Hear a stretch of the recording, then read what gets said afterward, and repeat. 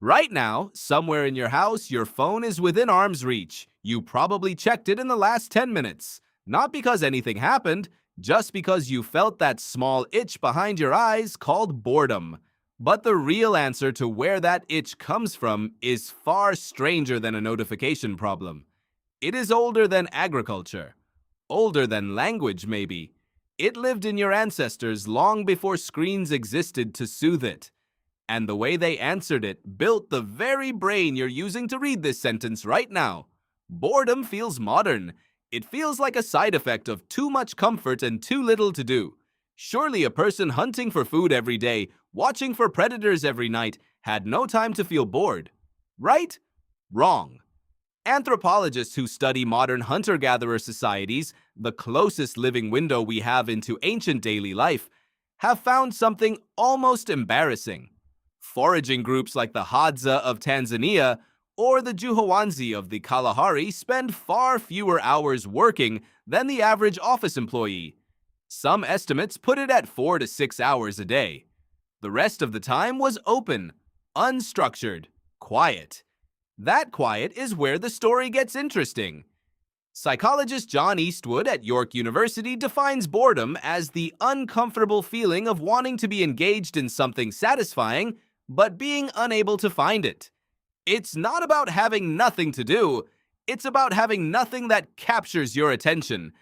Your ancestors had exactly this problem, sitting by a fire at dusk with the hunting done and the sun gone down. No screens, no books, just other humans and a long stretch of dark hours ahead. So what did they do with it? They talked, but not the way you'd expect. Anthropologist Polly Wiesner spent years recording conversations among the Juhansi, comparing what they talked about during the day versus what they talked about at night around the fire. Daytime talk was practical. Complaints, gossip, logistics, who owed what to whom. But nighttime talk transformed. It became almost entirely stories. Myths about the origin of animals, tales of distant relatives, ghost stories meant to send a shiver through the children.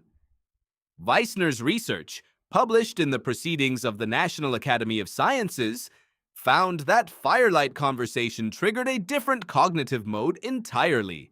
Imagination, empathy, shared meaning. Boredom, it turns out, didn't sit there unused. It got funneled into narrative. Here's where it gets stranger.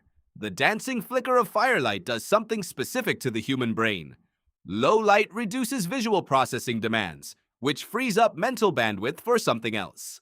Some researchers argue this is precisely why so many of our oldest myths, in cultures with no contact with one another, all describe their gods and spirits and origin stories happening at night around fire. The boredom of darkness didn't just permit storytelling.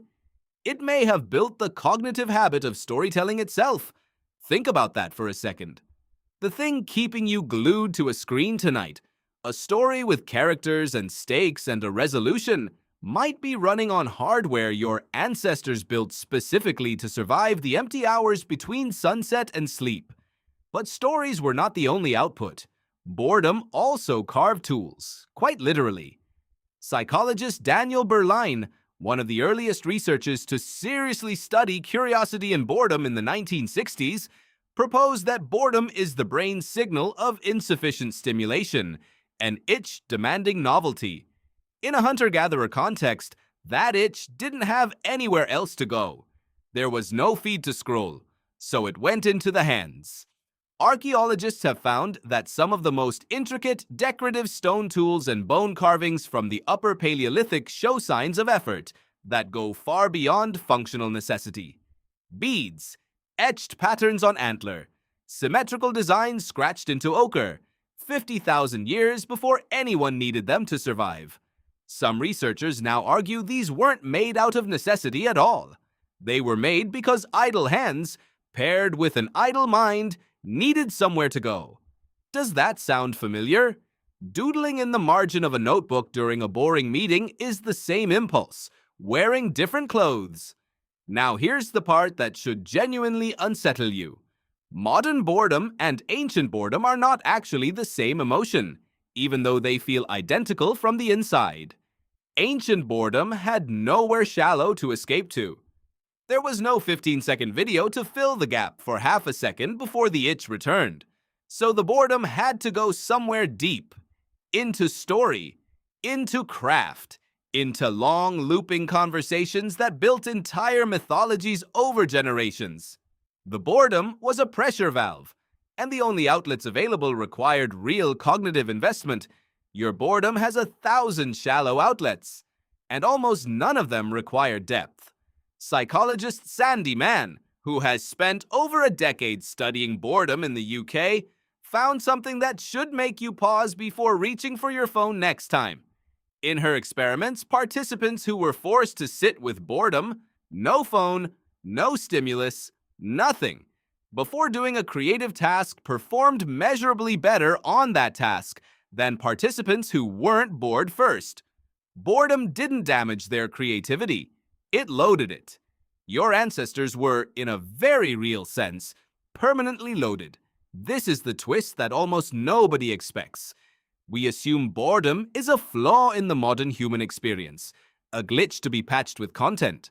But the deep restlessness you feel when you're understimulated is not a malfunction.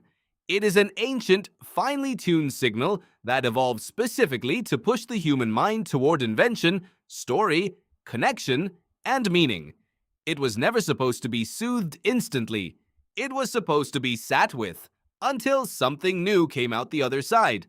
Every time you reach for your phone the second that itch appears, you are not satisfying the ancient mechanism. You're interrupting it, mid-sentence, before it finishes building whatever it was about to build. Think about the last truly good idea you had.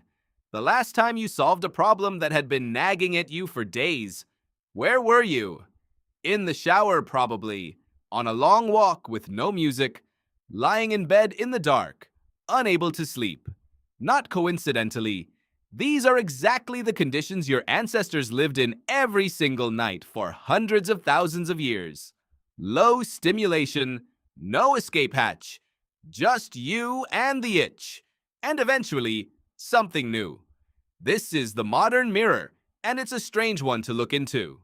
The boredom you spend your whole life trying to eliminate is the same psychological tool that once produced the first myths, the first decorative art, the first long conversations that bound strangers into tribes. Your brain hasn't changed. The avalanche of cheap stimulation around you has simply made the tool easier to avoid using, which raises an uncomfortable question. If your ancestors' boredom built campfire mythology and the earliest sparks of symbolic art, what is your boredom building right now? Every time you let it sit for more than 4 seconds before reaching for relief? Maybe nothing. Maybe, for most of us, the answer is genuinely nothing, because the itch never gets the chance to become anything before it's scratched away. So tonight, when the sun goes down and that small, restless feeling creeps in before you can name it, consider letting it stay a little longer than usual. Let it sit there uncomfortable and unresolved, the way it sat with every human who came before you, around fires you'll never see. In darkness, they had no way to escape. They turned that discomfort into stories that outlived them by tens of thousands of years. Your phone is still within arm's reach. But maybe, just this once, the real answer is to leave it there.